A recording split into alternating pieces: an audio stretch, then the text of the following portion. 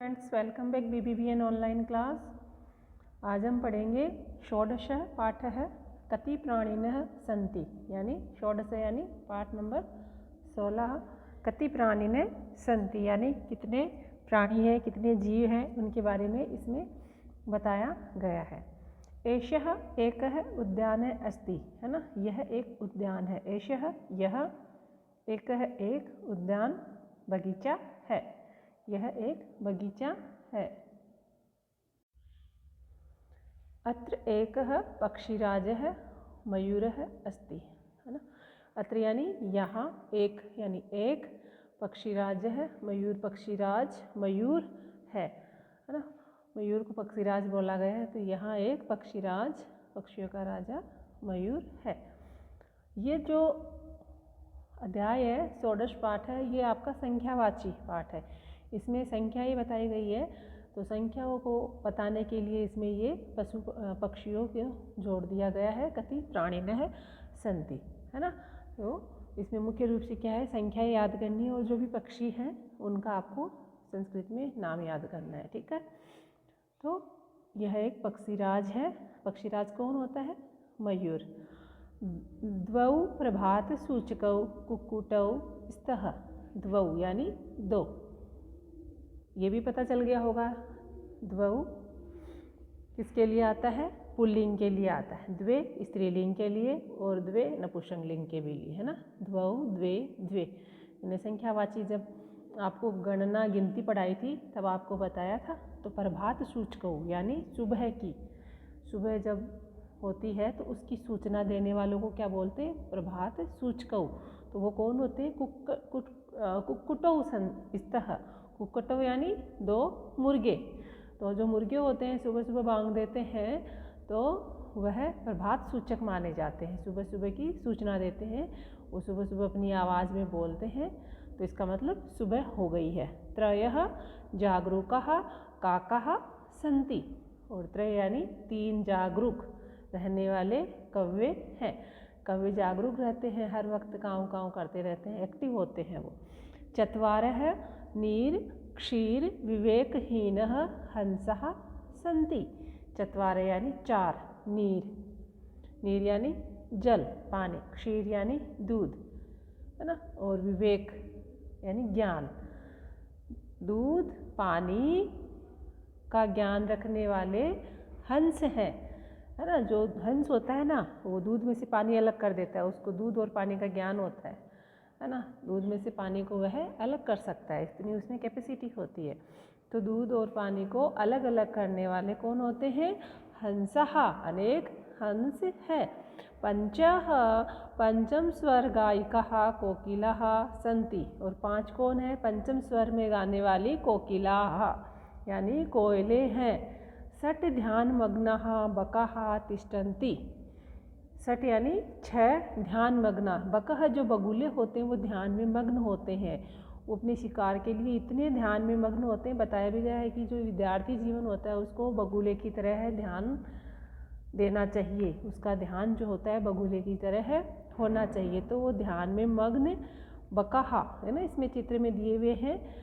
तो बकाहा यानी अनेक बगुले हैं, किसमें मग्न है? ध्यान में मग्न। सप्त शब्दा अनुकरण प्रियाः सुकाः सन्ति, हम जो कोई शब्द बोल देते हैं उसका अनुकरण कौन करता है? तोते करते हैं ना, हम जो बोलते हैं वही वो बोल देते हैं। तो वो कितने हैं? सात, सात है। शब्द अनुकरण प्रिय यानी हमारे शब्दों का अनुकरण करने वाले, हमारे हम जो भी बोलते हैं उसके पीछे बोलने वाले सुकाः यानी तोते हैं। अष्ट, अष्ट यानी आठ, अष्ट पत्र वाहका कपोतः सन्ति, जब हमारे डाकिया वगैरह अवेलेबल नहीं थे उस टाइम पे, जब चलन नहीं था, तो क्या कबूतर चिट्ठी का आदान प्रदान करते थे, ले जाते थे। तो इनको क्या बोला गया है? पत्र वाहका। तो ये कितने हैं? आठ है। अष्ट यानी आठ। तो अष्ट पत्र वाहकाः कपोतः यानी कबूतर सन्ति है। नव संगीत निपुणाः सारिकाः सन्ति, है ना। सारिका क्या होती है? मैना होती है, वो संगीत में निपुण होती है, बहुत अच्छा संगीत गाती है मैना, और कोयल भी उसको बोल सकते हैं मैना। नव संगीत निपुणाः सारिकाः अस्ति, वो कितनी है संगीत में निपुण जो है? मैना नव यानी 9। फिर है 10 दिवाभिताः उल्लूकाः सन्ति, यानी जो 10 हैं वो कौन से हैं? दिन से भीत यानी डरे हुए, जो उजाले से डरते हैं, दिन से डरते हैं, वो कौन होते हैं? उल्लूक यानी उल्लू। वो कितने हैं? 10 दिवाभिताः उल्लूकाः सन्ति। तो ये जो छोटा सा ही चैप्टर है आपका, इसका हर एक शब्द का आपको अर्थ याद करना है। नहीं समझ में आए तो आप मुझसे पूछिए, है ना। एषः एक उद्यान अस्ति, यह एक बगीचा है।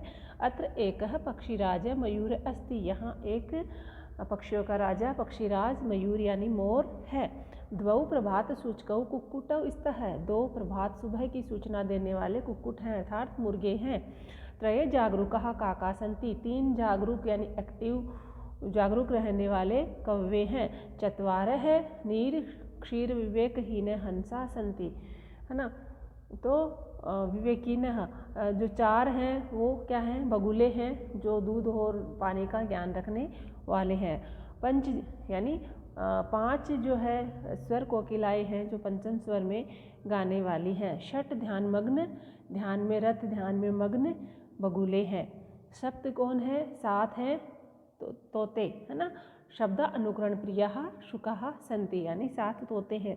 अष्ट पत्रवाहका, और 8 पत्रवाहक है। 8 अपने डाकिये के रूप में माने जाने वाले कौन है? कपोत यानी कबूतर, कपोतः। और 9 संगीत निपुणः सारिका सन्ति, 9 सारिकाएँ हैं, मैनाएँ हैं जो संगीत में निपुण हैं। 10 दिवाभिता उल्लूका, और 10 दिवाभिता यानी दिन से, दिवा दिन से डरे हुए कौन होते हैं? सूर्य से उजाले से डरे हुए उल्लूका यानी उल्लू हैं। तो कितने हैं? वह 10 है। ठीक है। इसमें व्याकरणिक तथ्य है यही कि जिन शब्दों से वस्तुओं की संख्या का बोध होता है वे शब्द संख्यावाचक शब्द कहलाते हैं। ठीक है। संख्यावाचक शब्दों के लिंग उनके विशेष्य के अनुसार चलते हैं। लिंग जो है उनके विशेष्य के, उसकी विशेषता के अनुसार उसके लिंग चलेंगे। मैंने आपको ब्लैक बोर्ड में भी समझाया था। 1 से 4 तक के संख्यावाचक शब्दों के रूप तीनों लिंगों में विभक्त होते हैं। मैंने बताया था पुल्लिंग 1 से 4 तक की जो गिनती है वो संख्यावाची पुल्लिंग, स्त्रीलिंग, नपुंसक लिंग के अनुसार आएगी। मैंने बताया था जैसे एकः, एकौ, एकः, है ना, इस प्रकार आता है। 1 से 4 तक हो गई। एक शब्द हमेशा एक वचन में, 2 द्विवचन में था। 3 से आगे की संख्या बहुवचन में प्रयोग होती है, और 5 से आगे एज इट इज जो चलती है वैसे चलती है। इसके आगे है क्वेश्चन आंसर। मैं आजकल आपको ये कमी करवा रही हूँ क्वेश्चन आंसर की, आप खुद करने की कोशिश करें और करवाऊँगी। हालांकि मैं सारे एक भी नहीं छोड़ूंगी, लेकिन मैं ये देखना चाहती हूँ कि आप चैप्टर को अच्छे से पढ़ते हैं, नहीं आप कितना अच्छे से उसको कर पाते हैं। ठीक है। क्वेश्चन आंसर हम करेंगे अगले वीडियो में। Okay, bye, thank you.